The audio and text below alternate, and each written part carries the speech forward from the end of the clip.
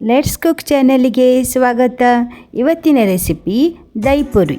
ಸಂಜೆ ಹೊತ್ತಿಗೆ ಮನೆಯವರೆಲ್ಲರಿಗೂ ಇಷ್ಟ ಆಗುವ ಒಂದು ಚಾಟ್ ರೆಸಿಪಿ, ಅದೇ ದಹಿಪುರಿ. ದಹಿಪುರಿ ಮನೆಯಲ್ಲೇ ಹೇಗೆ ಮಾಡೋದು ಅಂತ ನೋಡೋಣ. ಮೊದಲಿಗೆ ದಹಿಪುರಿಗೆ ಮುಖ್ಯವಾಗಿ ಬೇಕಾಗೋದು 2 ರೀತಿಯ ಚಟ್ನಿ, ಒಂದು ಹುಳಿ ಚಟ್ನಿ ಮತ್ತೊಂದು ಖಾರ ಚಟ್ನಿ.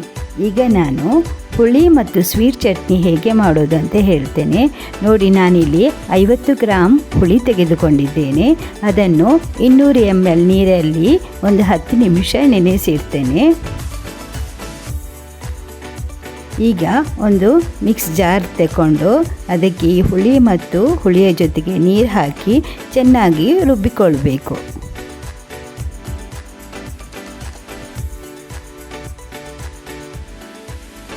ನೋಡಿ, ನಾನಿಲ್ಲಿ ಸಾಫ್ಟಾಗಿ ರುಬ್ಬಿಕೊಂಡಿದ್ದೇನೆ, ಅದರಿಂದ ಸೋಸುವ ಅಗತ್ಯ ಇಲ್ಲ.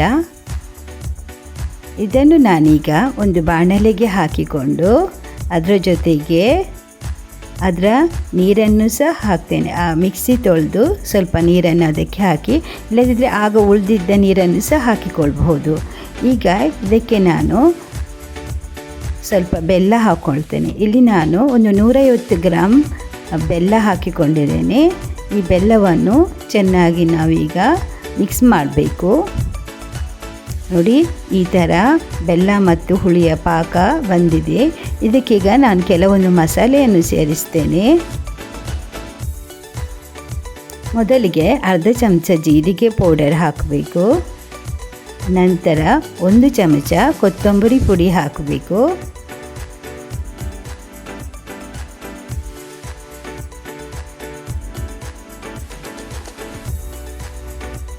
ಒಂದು ಅರ್ಧ ಚಮಚದಷ್ಟು ನಾವು ಇಲ್ಲಿ ಮೆಣಸಿನ ಪುಡಿಯನ್ನು ಹಾಕಬೇಕು. ಮತ್ತು ರುಚಿಗೆ ತಕ್ಕಷ್ಟು ಉಪ್ಪು, ಅದರ ಜೊತೆಗೆ ಒಂದು ಸ್ವಲ್ಪ ಹಿಂಗನ್ನು ನೀರು ಮಾಡಿ ಇಲ್ಲಿ ಮಿಕ್ಸ್ ಮಾಡಿದ್ದೇನೆ. ಒಳ್ಳೆಯ ಫ್ಲೇವರ್ ಬರ್ತದೆ ಹಿಂಗೆ ನೀರಲ್ಲಿ. ಈಗ ಒಳ್ಳೆಯದಾಗಿ ಒಂದು ಮಿಕ್ಸ್ ಕೊಟ್ಟು ಇದಕ್ಕೆ ನಾವೀಗ ಸ್ವಲ್ಪ ನೀರು ಸೇರಿಸಿಕೊಳ್ಳೋಣ. ನಾನೊಂದು 2-3 ಚಮಚ ನೀರು ಹಾಕಿದ್ದೇನೆ. ಈಗ ಒಂದು ಒಳ್ಳೆ ಕುದಿ ಬಂದ ನಂತರ ನಮ್ಮ ಸ್ವೀಟ್ ಮತ್ತು ಹುಳಿ ಚಟ್ನಿ ರೆಡಿ ಆಯಿತು. ನಾನೊಂದು ಬೌಲ್ಗೆ ತಗೊಳ್ತಾ ಇದ್ದೇನೆ. ಈಗ ಖಾರ ಚಟ್ನಿ ಹೇಗೆ ಮಾಡೋದಂತ ಹೇಳ್ತೇನೆ.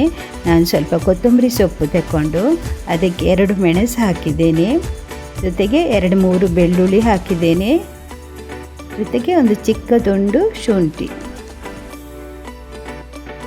ಜೀರಿಗೆ ಒಂದು ಸ್ಪೂನ್ ಜೀರಿಗೆ ಮತ್ತು ರುಚಿಗೆ ತಕ್ಕಷ್ಟು ಉಪ್ಪು, ಜೊತೆಗೆ ಸ್ವಲ್ಪ ಲಿಂಬೆ ರಸವನ್ನು ಹಿಂಡಿ ಹಾಕಿ ಒಂದು ಒಳ್ಳೆಯದಾಗಿ ಇದನ್ನು ರುಬ್ಬಿಕೊಳ್ಬೇಕು, ನೈಸಾಗಿ ರುಬ್ಬಿಕೊಳ್ಬೇಕು.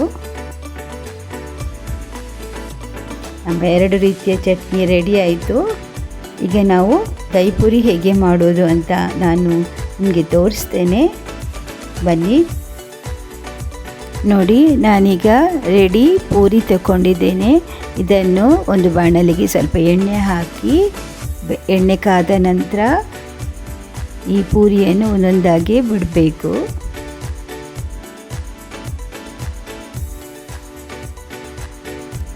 ಸ್ವಲ್ಪ ಫ್ಲೇಮನ್ನು ಸಣ್ಣದಾಗಿ ಇಡಿ, ಬೆಂಕಿ ದೊಡ್ಡದು ಬೇಡ. ಈಗ ಇದನ್ನು ಚೆನ್ನಾಗಿ ಹುರಿದುಕೊಳ್ಬೇಕು.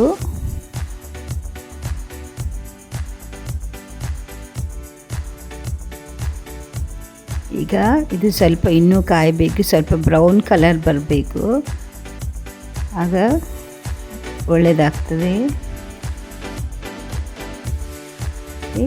ಈಗ ರೆಡಿ ಆಯಿತು, ತೆಗಿತಾ ಇದ್ದೇನೆ. ಸ್ವಲ್ಪ ಬ್ರೌನ್ ಕಲರ್ ಬಂತು. ಪೂರಿಯನ್ನು ನಾನೀಗ ತೆಗಿತೇನೆ.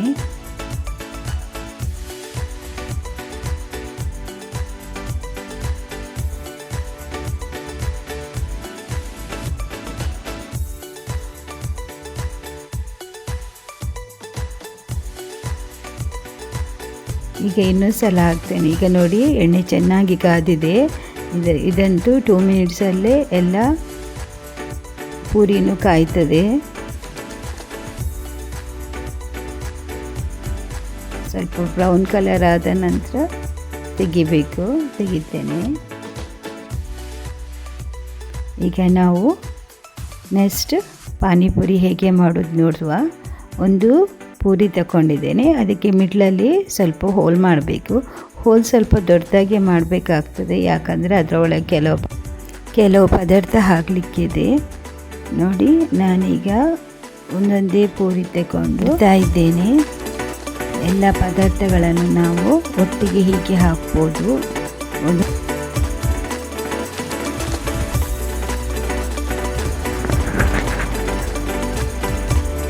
ಈ ರೀತಿ ಪೂರಿಯನ್ನು ಸೆಟ್ ಮಾಡಿ ಇಡಬೇಕು.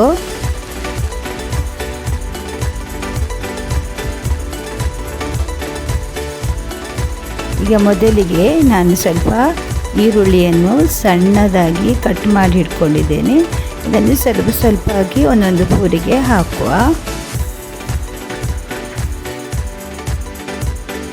ನಾನು 2 ಆಲೂಗಡ್ಡೆ ತಗೊಂಡು ಅದಕ್ಕೆ ಉಪ್ಪು ಹಾಕಿ ಚೆನ್ನಾಗಿ ಬೇಯಿಸಿ ಇಟ್ಕೊಂಡಿದ್ದೆ. ಆಲೂಗಡ್ಡೆಯನ್ನು ಸ್ವಲ್ಪ ಈ ಪೂರಿ ಒಳಗೆ ಬೇಯಿಸಿ ಇಟ್ಕೊಂಡಿದ್ದೆ. ಅದನ್ನು ಈ ಥರ ಸಾಫ್ಟಾಗಿ ಪುಡಿ ಮಾಡಿ ಇದರ ಜೊತೆ ಕಪ್ಪು ಕಡಲೆ ಬರ್ತದೆ, ಅದನ್ನು ಸೇರಿಸ್ಬೋದು.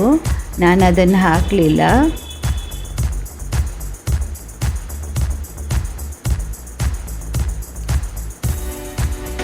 ನೆಕ್ಸ್ಟ್ ಟೊಮೆಟೊವನ್ನು ಸಹ ಹಾಗೆ ಸಣ್ಣದಾಗಿ ಹೆಚ್ಚಿಬಿಟ್ಟು ಹೀಗೆ ಹಾಕಬೇಕು.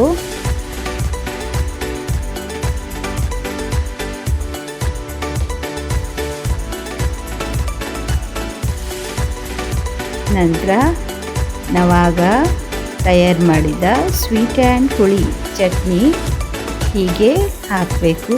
ಸ್ವೀಟ್ ಸ್ವಲ್ಪ ಜಾಸ್ತಿ ಬೇಕಿದ್ದವರು ಸ್ವಲ್ಪ ಜಾಸ್ತಿ ಕ್ವಾಂಟಿಟಿ ಹಾಕ್ಕೊಳ್ಬೋದು. ಅದರ ಜೊತೆಗೆ ಖಾರ ಚಟ್ನಿ ನೋಡಿ, ನಾನು ಸ್ವಲ್ಪವೇ ಹಾಕ್ತಾ ಇದ್ದೇನೆ.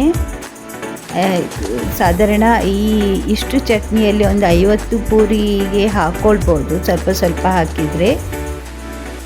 ಈಗ ಮುಖ್ಯವಾಗಿ ಬೇಕಾಗಿರೋದು ಮೊಸರು. ಈ ಮೊಸರಿಗೆ ನಾನು ಸ್ವಲ್ಪ ಸಕ್ಕರೆ ಸೇರಿಸಿಕೊಂಡಿದ್ದೇನೆ. ಮೊಸರನ್ನು ಈ ರೀತಿ ಹಾಕಬೇಕು. ಮೊಸರು ಹಾಕಿದಷ್ಟು ಟೇಸ್ಟ್ ಜಾಸ್ತಿ. ನೋಡಿ, ನಾನೀಗ ಸ್ವಲ್ಪ ಸೇವು ತಗೊಂಡಿದ್ದೆ, ಮನೇಲಿ ಸ್ವಲ್ಪ ಸೇವಿತ್ತು, ಅದನ್ನು ಈ ಥರ ಶೇವಿಗೆಯನ್ನು ಹಾಕ್ತಾ ಇದ್ದೇನೆ.